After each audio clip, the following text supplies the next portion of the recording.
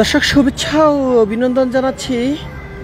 আজকে আমরা রয়েছি ভিআরটি এর যে মেগা প্রকল্প, অর্থাৎ রাজধানীর এয়ারপোর্ট থেকে শুরু করে গাজীপুর সদর জয়দেবপুর পর্যন্ত যে 17 কিলোমিটার যে ল্যান্ড রয়েছে, অর্থাৎ ঢাকা ময়মনসিংহ মহাসড়কের এই রাস্তাটুকু যেতটুকু আসলে যানজট যন্ত্রণা ছিল সেটি নিরসন করার জন্য যে ব্যবস্থাপনা ছিল বিআরটি এর প্রকল্পে, সেই বিআরটি এর প্রকল্পের যত সব অব্যবস্থাপনা নিয়ে আজকে আপনাদেরকে সামনে হাজির হয়েছি আমি মোহাম্মদ পলাশ প্রধান। দেখতে পাচ্ছেন এটি মনে হবে একটি নর্দমা বা খাল, বিল বা ময়লার একটি স্তূপ। এটি বেশ 3 তলার উপর একটি বিআরটি ফ্লাইওভার উপর। আমি যদি একটু দেখাই, লম্বা করে যদি একটু দেখাই বলবো যে এই দেখুন প্রায় 12 লেনের উপরে আমি রয়েছি, প্রায় 3 তলা বিশিষ্ট এর অধিক উপরে। এটি হচ্ছে বিআরটির আবদুল্লাপুর লেন। এখানে একটি অস্থায়ী হিসেবে একটি কাউন্টার বসে এখানে আসলে যাত্রী উঠানামা করে। এই সুযোগে দেখুন এখানে একটি নর্দমা বসেছে, এত দুর্গন্ধ আসলে আমি থাকাটা অনেকটাই কষ্ট হচ্ছে।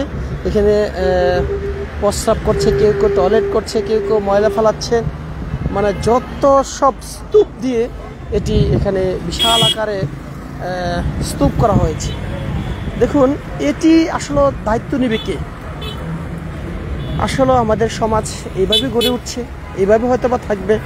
অর্থাৎ আমরা সভ্য হতে হয়তো বা আরও কয়েকশো যোগ বা হয়তো বা পৃথিবী ধ্বংস হওয়ার পর হয়তো বা আফসোস করব আমরা এইভাবে হয়তো বা জাতি ছিলাম, বা সভ্য নামে যে একটি জাতি ছিল সেটি আফসোস করে হয়তো বা আমাদের এই পৃথিবী ছেড়ে যেতে হবে। যেই চিত্র আমরা প্রায়ই আপনাদেরকে দেখাই, আর যে কারণে আমরা সেই স্থানে কি কি ঘটছে সেই দৃশ্যগুলো আমরা দেখানোর সরাসরি চেষ্টা করি। দেখুন এখানে বিআরটি লেন দেওয়া হয়েছে জনদুর্ভোগ আসলে খুব দ্রুত গতিতে চলাচল করতে পারে।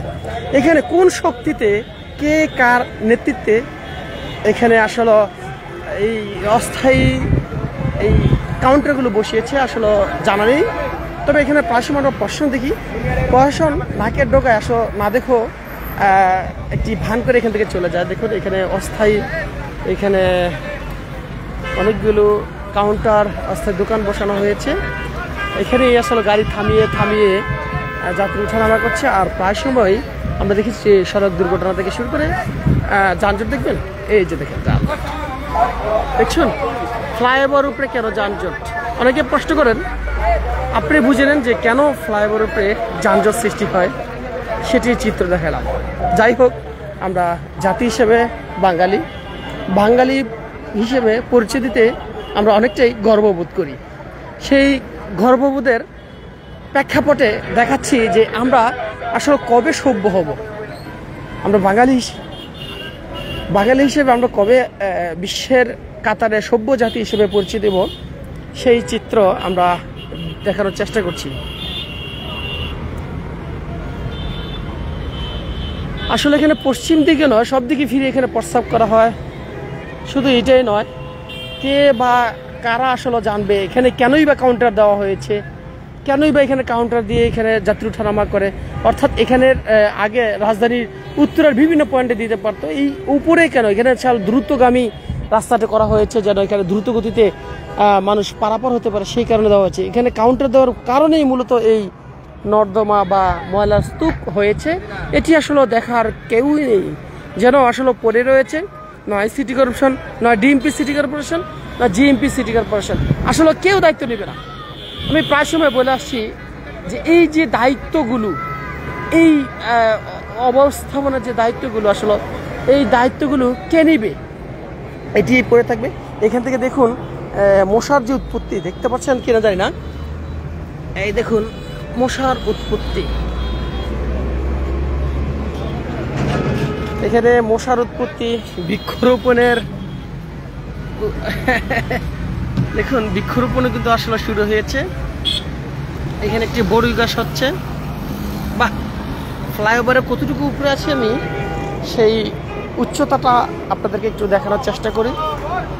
দেখুন এখানে একটি দোকানদার, উনি এখানে দোকানদারি করে আর মালগুলো বিক্রির শেষে এখানে ফেলে যায়। বাহ, নিজের সম্পত্তি নিজের মনে করে যত সব ব্যবস্থাপনা। যাই হোক, চিত্রটি কার কেমন লাগছে সকলের অনুভূতিটি জানাবেন। হয়তোবা এটি যারা কর্তৃপক্ষ রয়েছে সেই কর্তৃপক্ষ আসলে দেখভাল করে এটির ব্যবস্থা নেবে। আমরা সেই ব্যবস্থাপনার একটি চিত্র আমরা দেখানোর চেষ্টা করছি। এই দেখুন, এখানে এটি অস্থায়ী প্রস্রাবখানা বানানো হয়েছে। দেখুন এই ময়লাগুলো কোন দিকে পড়ছে, এখান দিকে পড়ে এই যে নিচে পড়ছে, আর নিচে যাতায়াত করে মানুষের উপরেই পড়ছে। যাই হোক, আর জানে কিভাবে মানুষ আসলে এটা গ্রহণ করছে সেই চিত্র একটু দেখানোর চেষ্টা করছি। দেখুন উচ্চতা, এই মানুষের যাতায়াত করছে, আর বৃষ্টি হলে বৃষ্টি ছাড়াও একটু পরপর টিপ টিপ করে পড়ছে, তাদের উপরে পড়ছে। তারা মনে করছে আকাশ থেকে কি যেন একটি রহমতের ফোঁটা পড়ছে। যখন এই নাকের গন্ধ নিয়ে তার সুঘ্রাণ দেয়, অর্থাৎ প্রস্রাব নর্দমার গন্ধ, তখন মনে করছে দ্রুত গতিতে এটি পরিষ্কার করতে হবে।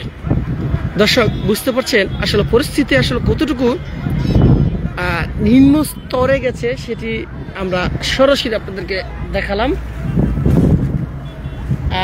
যারা আসলে এটি নিয়ে বিশ্লেষণ করবেন, দেখভাল করবেন, বুঝবেন, সেটি আপনারা এটি বিচার করবেন।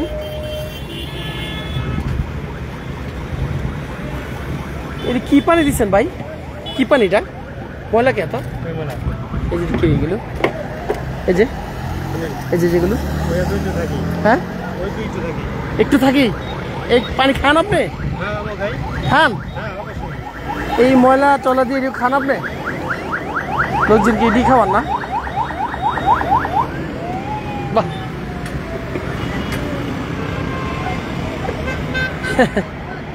তুরাগ নদীর পানি দিয়ে শরবত, বাহ, খান, বুঝেন, খাবেন আর স্বাস্থ্য ভালো হবে। একটু পরপর ডাক্তারের সাথে যোগাযোগ করবেন।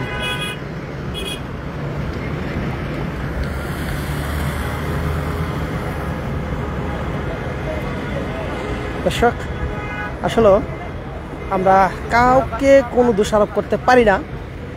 যখন দোষারোপ করি ভিন্ন ভিন্ন উদাহরণ দিয়ে আপনাকে বুঝিয়ে দিবে, অর্থাৎ আপনি যে সমাজের কে সেটি তারা প্রশ্ন করবে। কোথাও যাওয়ার মতো আসলে কিছুই নেই।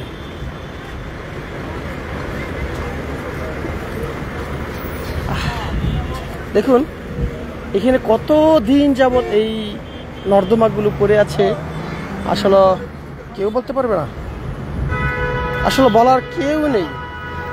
তবে হ্যাঁ, একটি উদাহরণ দিচ্ছি, যারা সিটি কর্পোরেশন আওতাধীন তাদেরকে বলছি, বিশেষ করে যেমন সেবা পাওয়ার প্রত্যাশা আপনাদেরকে, নাগরিক সেবা দেওয়ার জন্য আপনাদেরকে নাগরিক বা ওই নগরের আপনি একজন নাগরিক হিসেবে কোনো দায়িত্ব দিবেন বা থাকবেন, ঠিক বছর শেষ হলে আপনাকে নির্দিষ্ট অংশের একটি ওই স্থাপনা বা বসতি বা ব্যবসা বাণিজ্যে একটি ট্যাক্স দিতে হবে।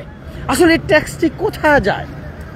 বাৎসরিক যে আপনার বাড়ি যে ইঞ্চি ট্যাপ দিয়ে মেপে যে ট্যাক্স নেওয়া হয়, এই ট্যাক্সটি আসলে কোথায় যায় এটি আসলে জানা নেই। কেনই বা এই নাগরিক সেবা থেকে এই নগরবাসীকে বঞ্চিত করছে? আমি যে গাজীপুর সিটি কর্পোরেশন দোষারোপ দেব তাও নয়, এটি গাজীপুর সিটি কর্পোরেশন, এটি ঢাকা অর্থাৎ রাজধানীর ঢাকার উত্তর সিটি কর্পোরেশন, দুইয়ের সমন্বয়ে এটি মাঝখানে। তাহলে কি আসলে এটি দায়িত্বহীনতা বা গার্জিয়ানবিহীন এটি এভাবে কি আসলে থাকবে? আমরা একজন এখানে দর্শক আমাকে ফলো করছে, আমরা তার সাথে কথা বলবো। এইটা যে এখানে পড়েছে আসলে কে দায়িত্ব নেওয়া উচিত বলে মনে করেন? এটা মূলত পৌরসভার থেকে বেশি উল্লেখ নেওয়া দরকার। এখন সিটি কর্পোরেশন হয়েছে যেহেতু ওনাদের প্রতিনিধি যত জায়গা আছে ওনাদের কন্ট্রোল করা উচিত। মানুষের ক্ষতি হচ্ছে অনেক, নিজেদের অনেক মানুষ যায়, অনেক ভুল পেশাব করে, এগুলি মানুষের শরীরে যাচ্ছে, জীবাণু হচ্ছে, আমাদের অনেক প্রবলেম হচ্ছে, বা আমাদের হাঁটা চলা নার্ভিস, আমরা আবার ডেঙ্গু সংক্রমণ দিচ্ছে বেশি। এগুলির জন্য এগুলি যদি পরিবেশন পুরোপুরি সিটি কর্পোরেশন গাজীপুরে পড়ছে, ওদিকটা তাদের তাড়াতাড়ি নেওয়া দরকার। এটা ঠিক করা না, এটা ই করা না। আসলে এখানে আপনার মতন আমার মতন সকলে এখানে গাড়িতে নেমেই কেউ কেউ প্রস্তাব করছে, অন্ধকার রাত্রে হলে কেউ কেউ আবার টয়লেটে করছে, চিন্তা তো আছেই। আছে, এগুলি এই মানে- নর্দমার বিষয়টা যদি বলি, এগুলি অনেক আসলে এইগুলি কেন করছে, দায়িত্ব কেউ নেই? এগুলি দায়িত্ব তো কেউই নাই এখন, যত যার কারণে এই অবস্থা। এই যে আমি সেখানে দেখেছি যে এখানে একটি শরবত বিক্রি করে, এত ময়লা পানি, তুরাগ নদীর পানি দিয়ে ময়লা বানাচ্ছে, এগুলি কেউ দেখে না? এগুলি তো বলতে গেলে আমাদের সমস্যা হচ্ছে। আপনি কি, আমরা ব্যবসা করছি বা যারা খাচ্ছে এদের সমস্যা হচ্ছে না, আপনার সমস্যা কি? এগুলি আমাদের হিনস্তি, এই জন্য আমরা কিছু বলতে পারি না। আমি বলতে যাবো আমাকে হিনস্তি করবে, আপনাকে বলার কে? আমি ব্যবসা করতেছি, তা আমরা এই জন্য আমরা কিছু বলি না। ওনাদের মতো ওনারা ব্যবসা করে, সবাই গরিব মানুষ করবে। হ্যাঁ, মিলিটারি আপনাদের বজায় রাখতে হবে, সৌন্দর্য বজায় রাখতে হবে, বা সবকিছু আমাদের নিয়ন্ত্রণ রাখতে হবে। আসলে কি আমরা কয়েক যুগ পরেও কি আমরা সভ্য জাতি হিসেবে পরিচিতি দিতে পারবো বাঙালিরা? হ্যাঁ, অবশ্যই পারবো, যদি আমরা ঠিক থাকি। কিভাবে ঠিক হবে এটা কি মনে করেন? যদি আমাদের সবাই যদি একত্র আমরা কাজটা করতে পারি, আর সবাই যদি একত্রে মিলিত হয়ে যদি মিলিত পয়েন্ট হয়ে, স্টেশন হ্যাঁ, নিজেরটা নিজে যদি বা মনে নিজে করি, আমরা সেফ রাখতে পারি, বা এটা আমার কাজ আমি করে নিতেছি, তাহলে আমাদের মনে হবে না আমরা বাংলাদেশের নাগরিক। আমরা ধন্যবাদ আপনাকে।